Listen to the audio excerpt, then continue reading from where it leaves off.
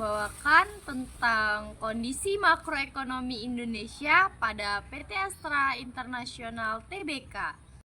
Yang pertama bisa kita lihat dari pertumbuhan ekonomi Indonesia yang menunjukkan angka positif sebesar 4,95% dibandingkan dengan tahun lalu. Dan ini menandakan adanya peningkatan dalam aktivitas ekonomi dan daya beli masyarakat yang dapat mendukung pertumbuhan sektor-sektor lainnya. Yang kedua ada inflasi. Inflasi pada tahun 2024 diproyeksikan mencapai 1,55% dan ini jauh dibandingkan target inflasi pemerintah yang sebesar 2,51%. Inflasi terkendali ini menciptakan stabilitas harga yang penting untuk kepercayaan investor dan daya beli masyarakat. Nomor 3 ada nilai tukar rupiah terhadap dolar Amerika Serikat yang mengalami penurunan sebesar 2,63% sepanjang tahun ini. Fluktuasi ini dapat mempengaruhi daya saing ekspor Indonesia dan biaya impor, sehingga penting untuk memantau perkembangan ini. Yang keempat ada suku bunga. Suku bunga acuan saat ini adalah 6,00%. Ini merupakan langkah dari Bank Indonesia untuk mengendalikan inflasi dan stabilitas nilai tukar. Suku bunga yang stabilitas dapat mendorong investasi dan konsumsi. Dan yang kelima ada Indonesia mencatat surplus perdagangan sebesar 2,43 US dollar miliar dari Januari hingga Oktober 2023. Surplus ini menunjukkan kekuatan ekspor Indonesia yang penting untuk menopang pertumbuhan ekonomi. Yang keenam ada untuk kuartal ketiga, neraca transaksi berjalan mengalami defisit sebesar 0,60% dari PDB. Ini mengidentifikasi keseimbangan antara pengeluaran dan penerimaan dari luar negeri yang perlu diperhatikan untuk menjaga kesehatan ekonomi. Yang ketujuh ada cadangan devisa Indonesia berada di angka 150,2 miliar US dollar yang merupakan yang tertinggi sejak 2018. Cadangan ini buffer yang kuat bagi perekonomian dalam menghadapi guncangan eksternal. Selanjutnya ada indikator moneter. Yang pertama ada BI Rate. BI Rate ini sebesar 6,00%. BI Rate adalah suku bunga acuan yang ditetapkan oleh Bank Indonesia. Suku bunga ini mempengaruhi tingkat suku bunga pinjaman dan tabungan di bank. Tingkat BI Rate yang tinggi umumnya bertujuan untuk mengendalikan inflasi, sementara bunga yang lebih rendah dapat mendorong pertumbuhan ekonomi dengan mendorong pinjaman. Yang kedua ada inflasi indeks harga konsumen atau IHK sebesar 1,55% years of year. Ini menunjukkan perubahan harga barang dan jasa dari tahun ke tahun. Angka 1,55% menunjukkan bahwa harga barang dan jasa mengalami kenaikan sebesar itu dibandingkan dengan tahun lalu. Inflasi yang stabil adalah tanda kesehatan ekonomi, tetapi inflasi yang terlalu tinggi dapat mengurangi daya beli masyarakat. Yang ketiga ada target inflasi tahun 2024. Target inflasi yang ditetapkan sebesar 2,5% hingga 4,5% untuk tahun 2024 menunjukkan harapan pemerintah dan Bank Indonesia untuk menjaga inflasi dalam rentang yang sehat. Ini penting untuk memastikan kestabilan ekonomi dan daya beli masyarakat. Yang keempat ada cadangan devisa US dollar sebesar 100 untuk menjadi stabilitas nilai tukar rupiah dan dapat digunakan untuk memenuhi kewajiban luar negeri. Selanjutnya ada JISDOR.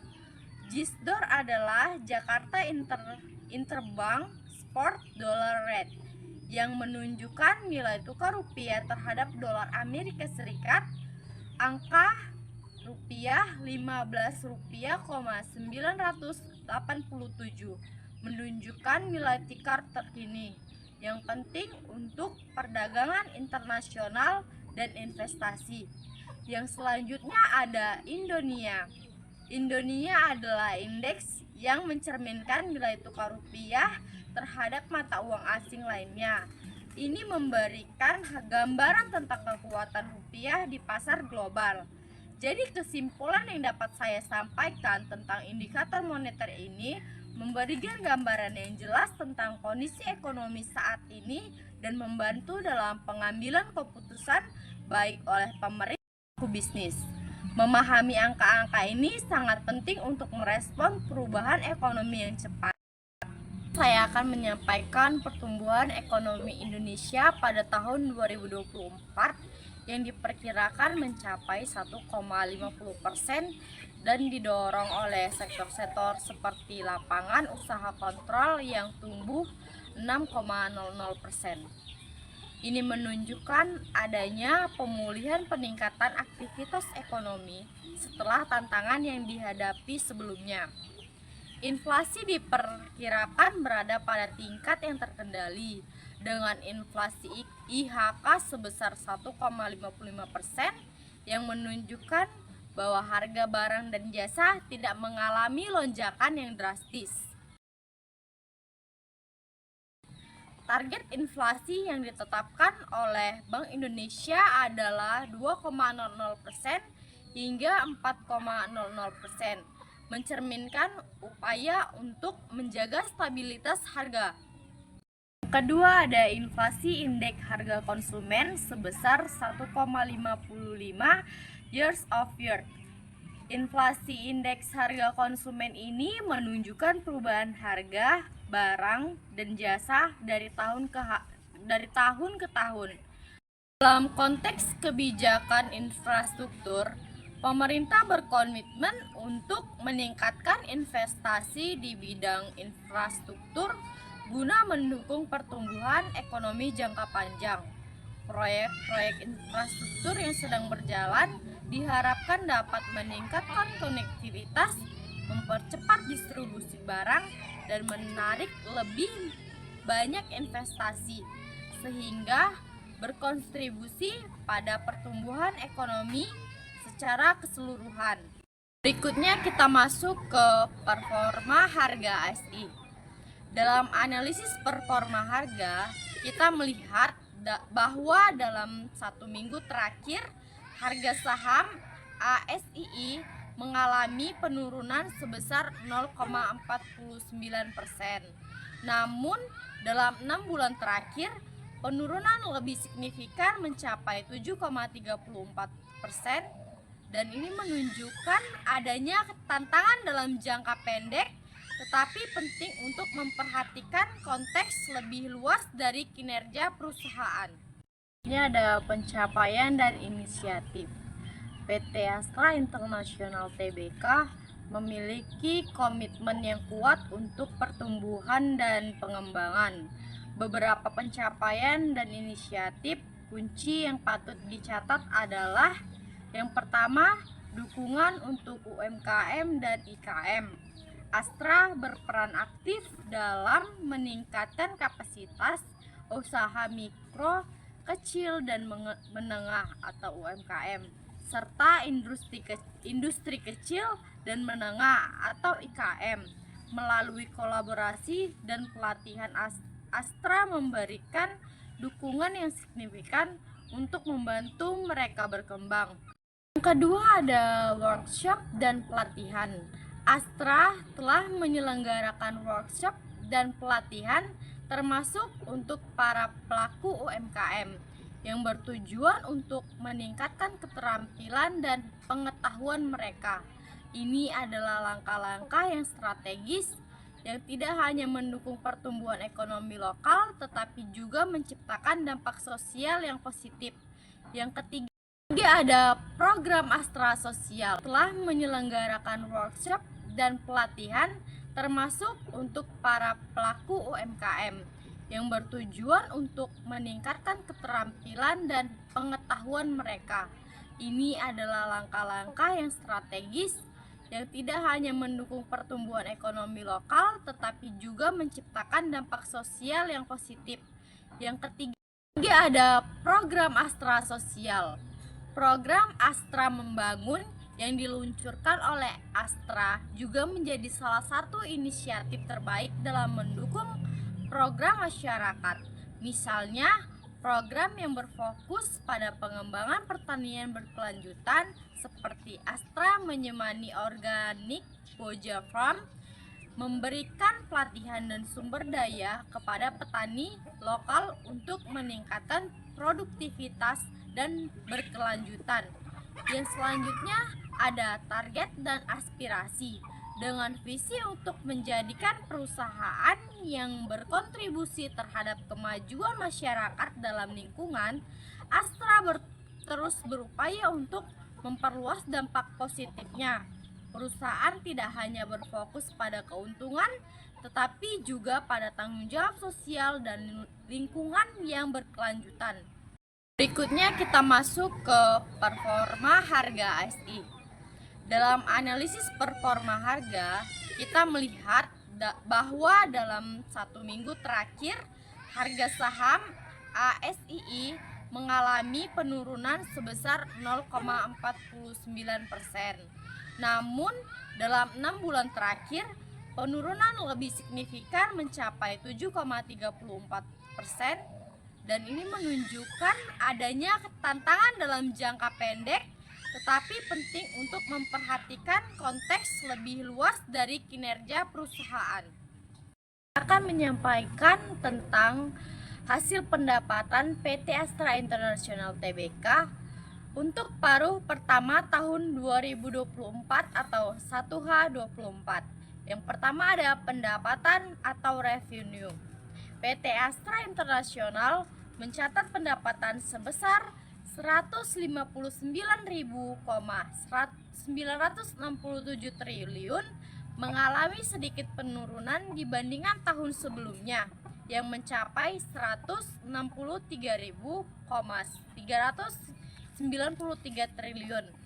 Meskipun ada penurunan, pendapatan ini masih berada dalam perkiraan analisis, diproyeksikan sebesar 323.300 triliun untuk tahun ini. Ada biaya penjualan atau COGS, biaya produksi penjualan untuk 1H24 tercatat sebesar 124.367 triliun, juga sedikit mengalami penurunan dibandingkan 126.760 triliun pada periode yang sama tahun lalu. Hal ini menunjukkan bahwa perusahaan berhasil mengelola biaya produksinya dengan baik. Dan yang ketiga ada laba operasi atau op profit.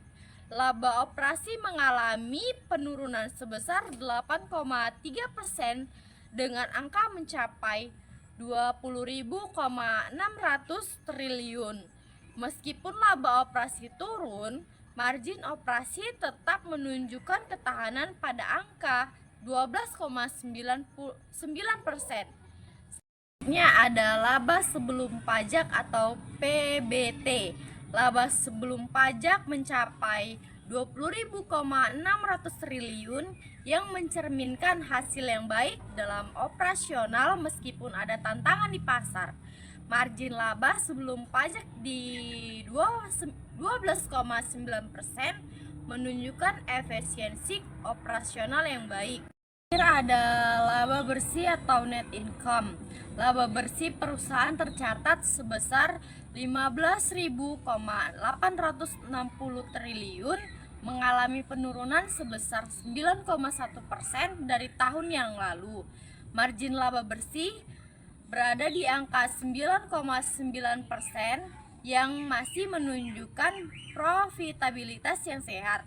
Kesimpulan dari seluruhnya, meskipun terdapat penurunan dalam beberapa indikator, hasil kinerja PT Astra International Tbk tetap sejalan dengan perkiraan analisis. Perusahaan menunjukkan kemampuan untuk mengelola biaya dan mempertahankan margin laba yang baik. Ini mencerminkan ketahanan dalam strategi yang tepat dalam menghadapi tantangan yang ada di pasar. Profil perusahaan PT Astra International Tbk adalah salah satu perusahaan publik terbesar di Indonesia dengan lebih dari 200 anak perusahaan, ventura bersama dan entitas asosiasi, serta didukung lebih dari 200.000 karyawan. Model bisnis perusahaan yang terdiversifikasi menciptakan sinergi dan peluang di seluruh sektor industri termasuk otomotif, jasa keuangan, alat berat, konstruksi dan energi, agribisnis, infrastruktur dan logistik, teknologi informasi dan properti. Astra mempunyai jangka sustainability yang di dalamnya terdapat Astra 2030. Sustainability Astra mempunyai kerangka sustainability yang di dalamnya terdapat Astra 2030.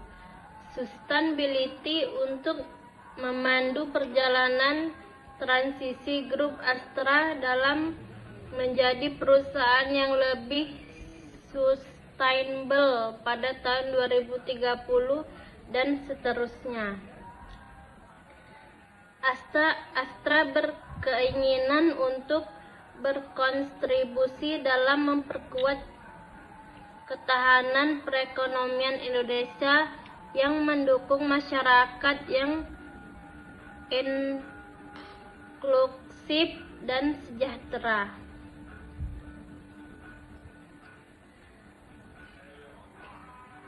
Astra memiliki rekam jejak kontribusi publik dan sosial yang baik melalui 4 pilar yang terdiri dari kesempatan, pendidikan, lingkungan, kewirausahaan, serta 9 yayasan yang turut berkontribusi untuk pertumbuhan ekonomi Indonesia sekaligus mendukung masyarakat yang inklusif dan sejahtera. Dilaksanakan pertama kali pada tahun 2010, program Astra Semangat Astra Terpadu untuk Satu Indonesia Award telah mengapresiasi lebih dari 600 pemuda Indonesia dari masing-masing bidang. Program Satu Indonesia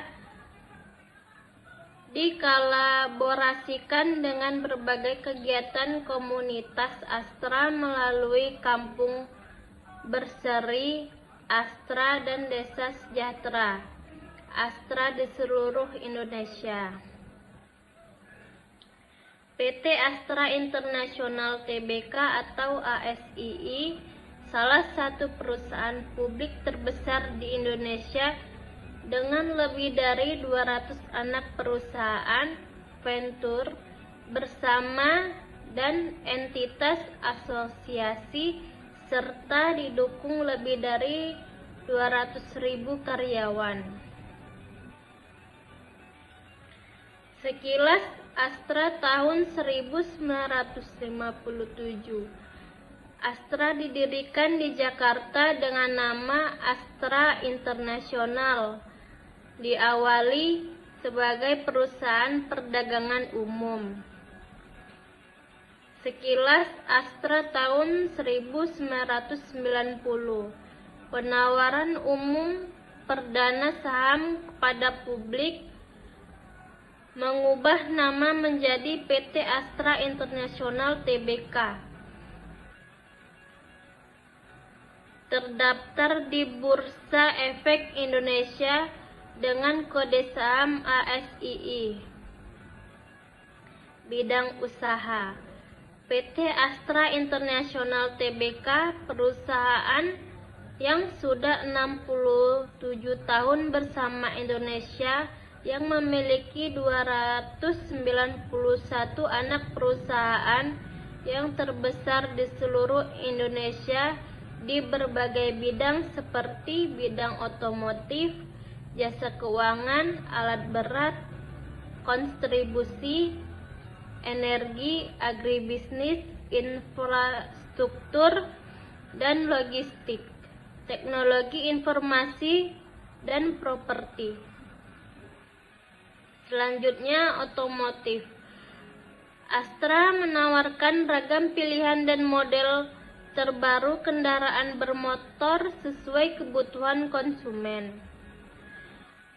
Astra memproduksi, mengkait, menyalurkan, dan memiliki jaringan untuk Toyota, Daihatsu, Isuzu, dan sepeda motor Honda. Astra juga memproduksi dan merupakan retailer dari mobil BMW dan Lexus.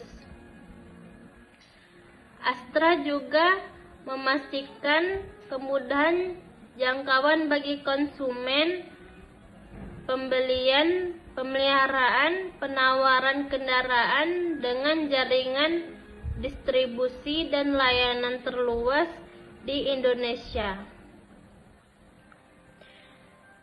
Didukung oleh jajaran perusahaan pembiayaan Astra yang menawarkan kredit konvensional dan syariah yang terjangkau serta variasi jenis suku cabang, komponen otomotif, hasil produksi dan distribusi Astra Auto Parts. Yang kedua, jasa keuangan. Bisnis jasa keuangan Astra meliputi pembiayaan mobil, pembiayaan sepeda motor, pembiayaan alat berat, asuransi umum, asuransi jiwa, fintech, pinjaman mobile, uang elektronik, dan perbankan. Jasa keuangan Astra menjalankan kegiatan bisnis sesuai jangka regulasi dan berdasarkan prinsip berkelanjutan yang bertujuan memberikan dukungan optimal bagi seluruh pengakuan kepentingan dalam memenuhi kebutuhan solusi finansial sehari-hari.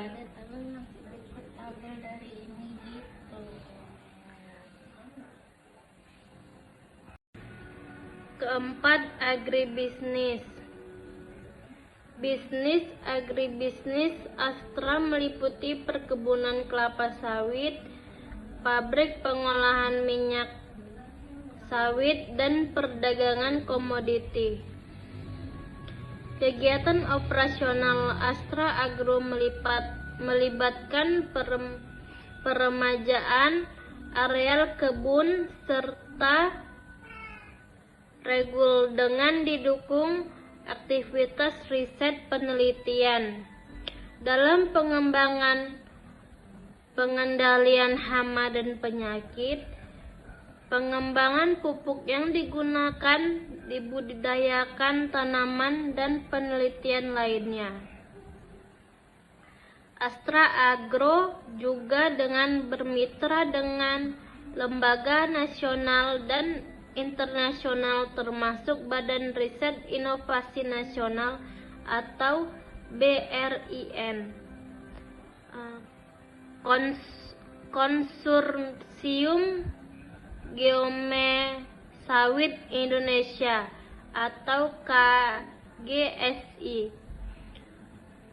dalam melakukan penelitian dan membuat bibit-bibit varietes baru untuk mendukung produktivitas tanaman dengan memiliki karakter-karakter unggul seperti ketahanan terhadap penyakit, kualitas buah yang baik, dan pertumbuhan tinggi yang lambat.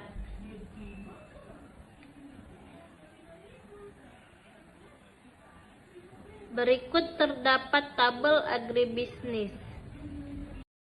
Yang kelima, infrastruktur dan bisnis. Bisnis infrastruktur dan logistik Astra meliputi infrastruktur untuk logistik jalan tol, pelabuhan laut, dan solusi infrastruktur. Astra Infra menangani portofolio bidang infrastruktur yang mencakup konsesi pembangunan dan pengolahan jalan tol dan pelabuhan laut. Di sisi lain, Sera menyediakan layanan jasa transportasi dan logistik yang terdiri dari 4 kegiatan inti, yaitu jasa penyewaan mobil, Astra Rent a Car, Mobile 88, dan untuk kegiatan penjualan mobil bekas, layanan logistik Selong, dan transportasi umum Orange Taxi. Selanjutnya, teknologi informasi.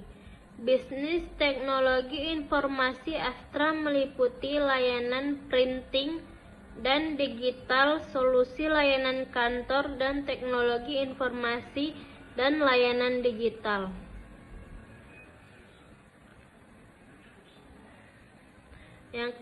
Yang ketujuh, properti. Astra Properti mengawali perjalanan bisnisnya sebagai divisi properti dari PT Astra International Tbk pada tahun 2013, yang kemudian menjadi badan hukum sendiri sekaligus menjadi lini bisnis ketujuh yang dimiliki oleh Astra pada tahun 2016. Astra Properti terus berkembang hingga memiliki 14 perusahaan yang bergerak dalam bidang pengolahan dan dalam bidang pengembangan dan pengolahan. Yang ketujuh, properti. Astra Properti mengawali perjalanan bisnisnya sebagai divisi properti dari PT Astra International Tbk pada tahun 2013, yang kemudian menjadi badan hukum sendiri sekaligus menjadi lini bisnis ketujuh yang dimiliki oleh Astra pada tahun 2016. Astra Properti terus berkembang hingga memiliki 14 perusahaan yang bergerak dalam bidang pengembangan dan pengolahan properti serta investasi. Perkenalkan, nama saya Rais Malbumaki. Di sini saya ingin menjelaskan tentang koleksi keuangan dari perusahaan Astra International Tbk. Nah, langsung saja.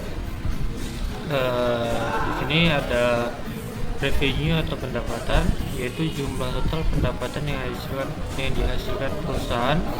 Nah, kita lihat di sini dari tahun ke tahunnya mengalami kenaikan, yaitu dari tahun pertama 233,485 dan tahun kedua 301,379 dan tahun ketiga yaitu 301,379 09,613, dan tahun ketiga dan tahun keempat 323,300, dan tahun kelima 357,431. Nah, di sini ada gross profit, yaitu laba kotor pada perusahaan Astra International, yaitu pendapatan dikurangi COGS atau cost of goods sold, yaitu mengalami kenaikan juga, yaitu dari tahun pertama 51,033, dan tahun kedua 70,88, tahun ketiga 73,552, tahun keempat 73,213, dan tahun kelima 81,909. Baik, kita masuk ke operating income, yaitu pendapatan operasional. Yang dimaksud dari operating income ini yaitu laba kotor dikurangi biaya operasional. Nah, di sini juga mengalami dari tahun ke tahunnya kenaikan, yaitu dari 25,553 pada tahun pertama, pada tahun kedua yaitu 42,201, tahun ketiga 42,901, tahun keempat 42,757, dan tahun kelima 49,376. Nah, di sini juga ada financial income-nya, yaitu biaya pendapatan atau biaya keuangan, yaitu pendapatan atau biaya yang terkait dengan aktivitas pembiayaan. Nah, di sini juga mengalami kenaikan, yaitu 2.610 di tahun pertama, dan tahun kedua 2,723, di tahun ketiga 2,987, di tahun keempat 2,587, dan tahun kelima 3,398. Nah, selanjutnya yaitu profit before tax atau laba sebelum pajak. Yang dimaksud di sini adalah pendapatan operasional yang ditambah atau dikurangi pendapatan atau bisnis keuangan. Nah, di sini Astra International mengalami kenaikan juga, yaitu 32,350 di tahun pertama, di tahun kedua 50,390, di tahun ketiga 52,150, di tahun keempat 53,539, dan di tahun kelima yaitu 62,307. Nah, selanjutnya di sini ada net income atau laba bersih. Yang dimaksud adalah laba setelah dikurangi pajak. Nah, net income ini mengalami kenaikan juga dari tahun ke tahunnya, yaitu 20,196 di tahun pertama, di tahun kedua 28,944, di tahun ketiga 33,799, di tahun keempat mengalami turun lagi yaitu 32,644, dan di tahun kelima mengalami kenaikan yaitu 38,625. Nah, itu tadi income statement dari Astra International. Nah, kita masuk ke balance sheet-nya dari Astra International, yaitu neraca. Yang pertama ada current asset atau aset lancar, yaitu yang dimaksud adalah aset yang bisa dicairkan dalam waktu 1 tahun. seperti kas dan piutang. Nah, current asset ini mengalami kenaikan juga, yaitu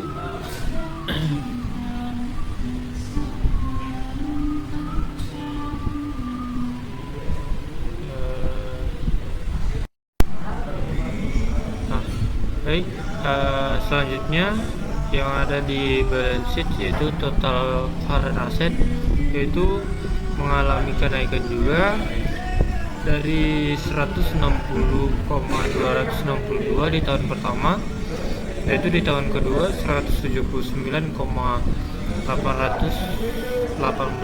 di tahun ketiga mengalami penurunan, yaitu 166,186, dan di tahun keempat mengalami kenaikan lagi 173,861, dan di tahun kelima 194,374. Nah, kita selanjutnya yaitu ada non current asset atau aset tidak lancar, yaitu aset yang tidak akan dicairkan dalam waktu dekat seperti properti dan peralatan. Nah, itu mengalami total yaitu 207,49 di tahun pertama, 233,479 di tahun kedua, di tahun ketiga 279,493, di tahun keempat 286,536, dan di tahun kelima yaitu 299,607.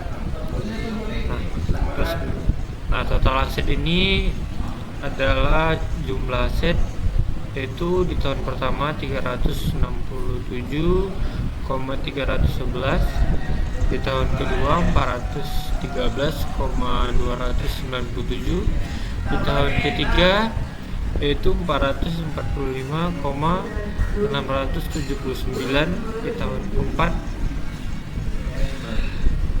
460,397, dan di tahun kelima yaitu 493,981. Nah, selanjutnya ada current liabilities memiliki total, yaitu sebelumnya current liabilities ini bisa diartikan yaitu kewajiban lancar, maksudnya yaitu kewajiban yang harus dibayar dalam waktu 1 tahun. Nah, total aset ini memiliki kenaikan juga dari tahun ke tahunnya, yaitu dari 367,311 di tahun pertama, di tahun kedua yaitu 413,297 di tahun kedua, di tahun ketiga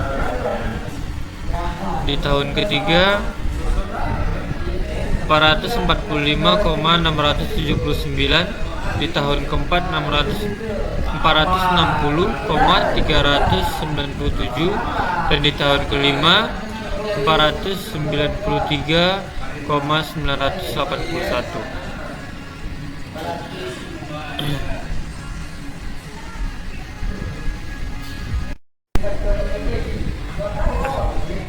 Baik, kita lanjutkan, yaitu ada total liabilitas, yaitu jumlah semua kewajiban. Nah, total kewajiban ini dari tahun ke tahun memiliki kenaikan dan juga ada penurunan. Di tahun pertama 47,918, di tahun kedua 50,379, di tahun ketiga memiliki kenaikan juga 70,239, dan di tahun keempat eh, mengalami penurunan yaitu 58,726, dan di tahun kelima mengalami kenaikan lagi yaitu menjadi 61,422. Nah, selain total liabilitas, yaitu ada juga total equity atau total ekuitas. Nah, total ekuitas ini yang berarti adalah aset dikurangi kewajiban menunjukkan nilai pemegang saham.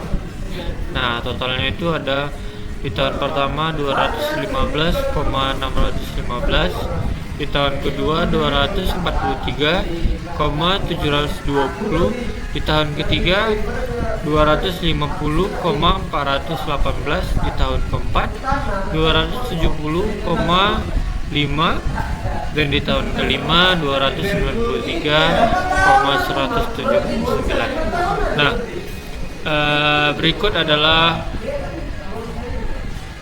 hasil dari balance sheet dari Astra International Tbk. Nah, kita lanjutkan ke cash flow yang ada di Astra International Tbk. Yang pertama adalah net income. Net income ini memiliki kenaikan juga pada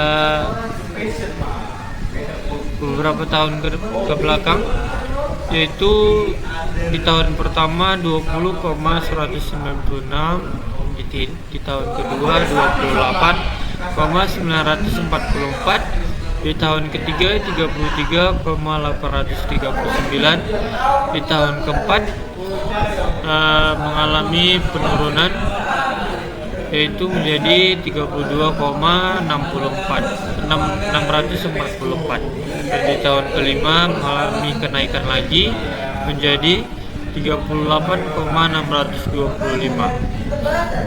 Nah, selanjutnya ada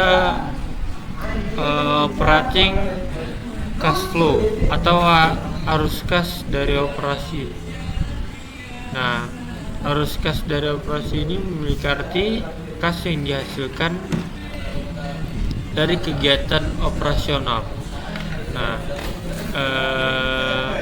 di sini dari tahun ke tahunnya memiliki kenaikan juga dari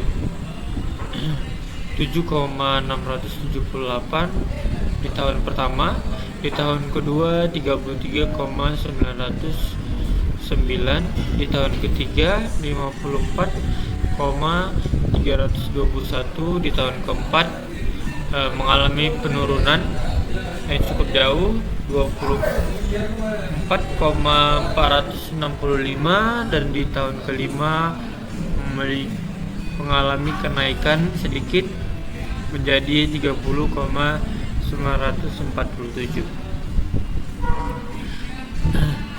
Nah, selanjutnya ada financing cash flow atau arus kas dari pendanaan, yaitu kas yang diperoleh atau dibayarkan untuk kegiatan pendanaan seperti utang dan ekuitas. Nah, di sini Astra International mengalami kenaikan juga dari 7,479 di tahun pertama, di tahun kedua 2,571, dan di tahun ketiga mengalami penurunan juga yaitu 2,840, dan di tahun keempat mengalami kenaikan yang cukup jauh yaitu 15,158, dan di tahun kelima mengalami penurunan menjadi 11,643. Nah, berikut itulah penjelasan tentang cash flow yang ada di Astra International Tbk. Nah, kita lanjut yaitu ke rasio atau indikator keuangan. Nah, yang pertama itu ada revenue growth. atau persentase pertumbuhan pendapatan dari periode sebelumnya. Nah, dari tahun ke tahun ada mengalami kenaikan dan penurunan.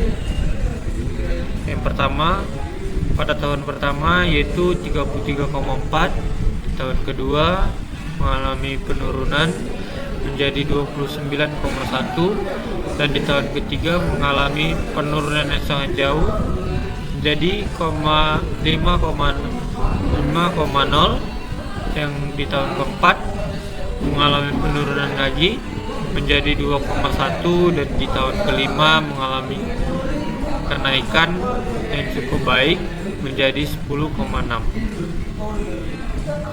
Dan selanjutnya ada net profit margin atau growth. Nah, di sini ya, maksud dari net profit growth ini yaitu presentasi laba bersih terhadap total pendapatan. Nah, di sini juga mengalami ada kenaikan dan cukup jauh penurunan, yaitu di tahun pertama ya persentasenya 24,9, yang kedua 43,3, di tahun ketiga 16,9, dan di tahun keempat minus 3,5, dan di tahun kelima mengalami kenaikan menjadi 18,3%. Nah, selanjutnya ada current ratio, yaitu mengukur kemampuan perusahaan memenuhi kewajiban jangka pendek. Nah, di sini Astra International mengalami penurunan setiap tahunnya, yaitu di tahun pertama 154,4%, di tahun kedua menjadi 150,9, di tahun ketiga menjadi 132,9, di tahun keempat menjadi 132,0, dan di tahun kelima menjadi 139,5. Selanjutnya ada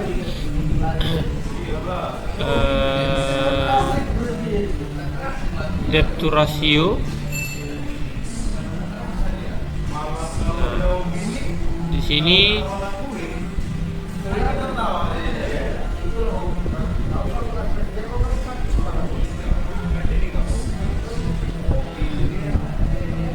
ada gross profit margin, yaitu persenannya mengalami penaikan setiap tahunnya.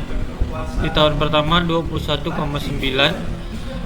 di tahun kedua 23,3, di tahun ketiga 23,2, di tahun keempat mengalami penurunan lagi menjadi 22,6, dan di tahun kelima menjadi 22,9. Baik, mungkin itu saja yang bisa saya sampaikan dan presentasikan pada kesempatan pada hari ini tentang proyeksi keuangan dari perusahaan Astra International Tbk. Jika ada salah informasi atau bahasa dari saya mohon maaf. Terima kasih. Assalamualaikum warahmatullahi wabarakatuh.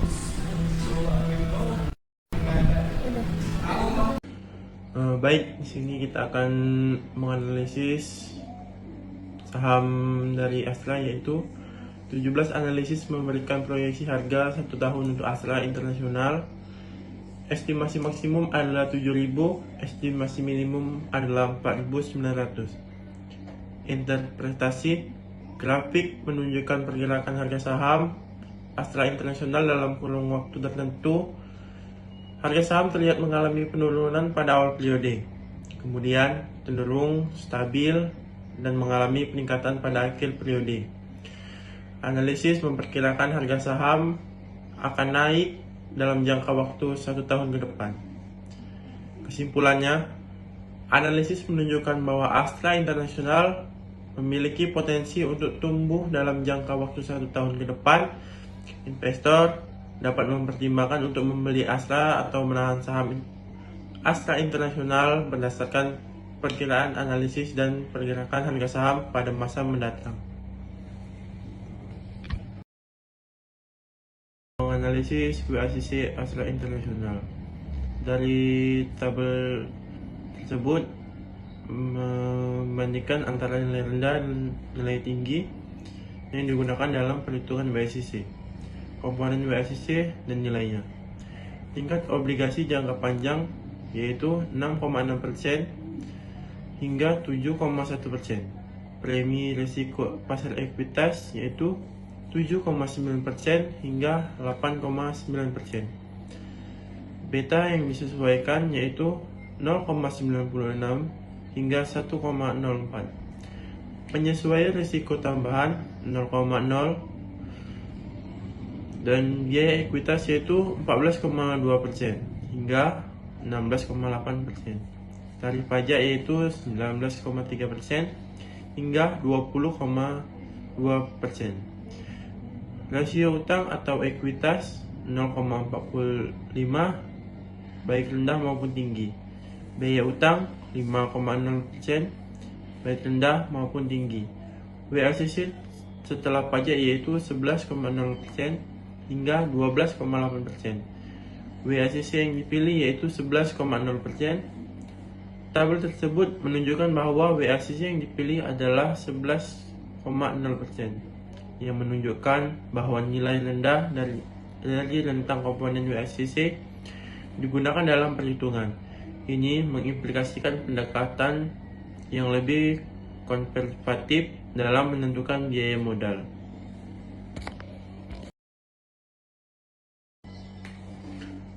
Selanjutnya kita akan menganalisis SBOT Astra International. Apa itu SBOT?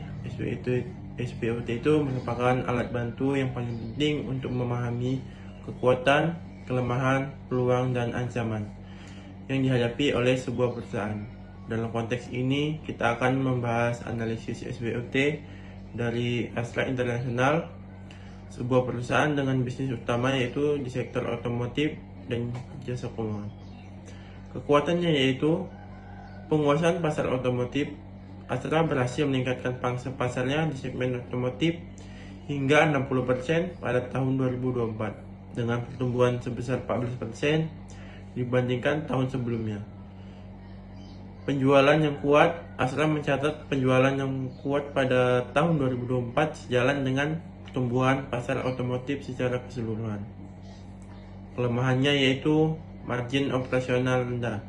Bisnis jasa keuangan Astra mengalami margin operasional yang rendah dengan penurunan yang cukup signifikan pada tahun 2024. Hal ini disebabkan oleh tingginya non-performing loan atau NPL dan suku bunga yang meningkat. Selanjutnya kita akan menganalisis SBOT Astra International. Apa itu SBOT? SBOT itu merupakan alat bantu yang paling penting untuk memahami kekuatan, kelemahan, peluang, dan ancaman yang dihadapi oleh sebuah perusahaan. Dalam konteks ini, kita akan membahas analisis SBOT dari Astra International, sebuah perusahaan dengan bisnis utama yaitu di sektor otomotif dan jasa keuangan. Kekuatannya yaitu penguasaan pasar otomotif. Astra berhasil meningkatkan pangsa pasarnya di segmen otomotif hingga 60% pada tahun 2024 dengan pertumbuhan sebesar 14% dibandingkan tahun sebelumnya. Penjualan yang kuat, Astra mencatat penjualan yang kuat pada tahun 2024 sejalan dengan pertumbuhan pasar otomotif secara keseluruhan. Kelemahannya yaitu margin operasional rendah. Bisnis jasa keuangan Astra mengalami margin operasional yang rendah dengan penurunan yang cukup signifikan pada tahun 2024. Hal ini disebabkan oleh tingginya non-performing loan atau NPL dan suku bunga yang meningkat. Selanjutnya itu ada peluang, potensi pertumbuhan pasar. Potensi pertumbuhan pasar untuk kendaraan hybrid diharapkan meningkatkan di masa depan, memberikan peluang bagi Astra untuk memperluas pangsa pasarnya. Kenaikan harga bahan bakar dapat mendorong konsumen untuk beralih ke kendaraan dengan konsumsi bahan bakar yang lebih efisien, seperti kendaraan hibrida yang merupakan peluang bagi Astra. Yang terakhir yaitu ada ancaman, penurunan daya beli konsumen. Penurunan daya beli konsumen akibat kondisi makroekonomi yang tidak menentu dapat menekan penjualan mobil dan berdampak negatif pada kinerja pasar otomotif, yang dapat mengakibatkan penurunan penjualan Astra Internasional. Menganalisis WACC Astra Internasional. Dari tabel tersebut membandingkan antara nilai rendah dan nilai tinggi yang digunakan dalam perhitungan WACC, komponen WACC dan nilainya.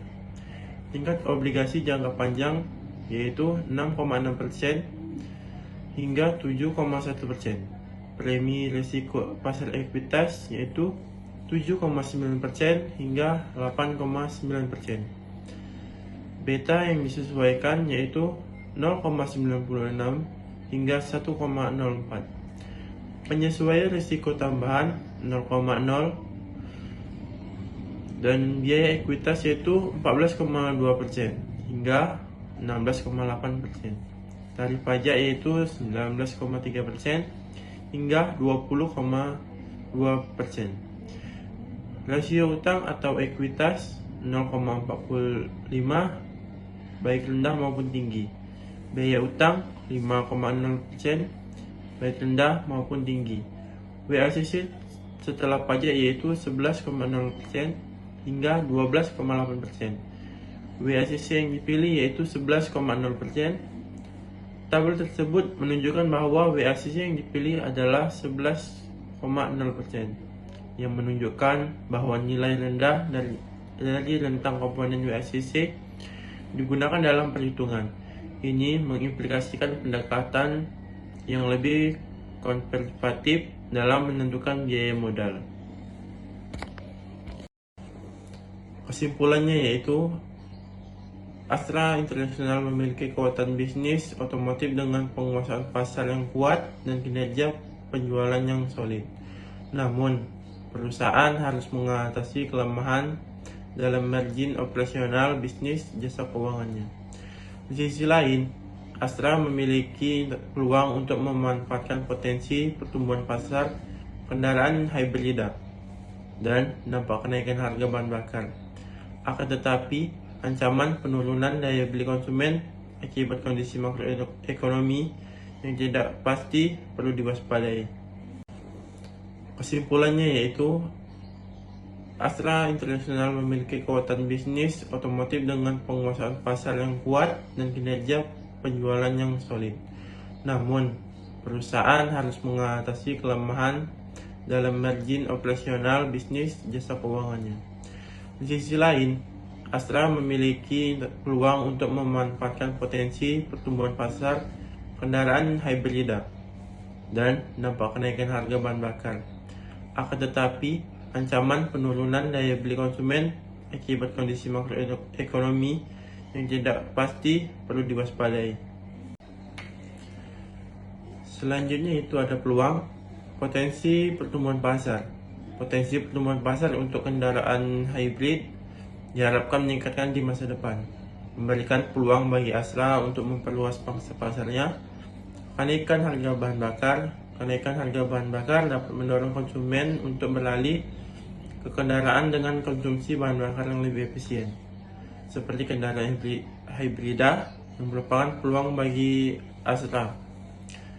Yang terakhir yaitu ada ancaman, penurunan daya beli konsumen.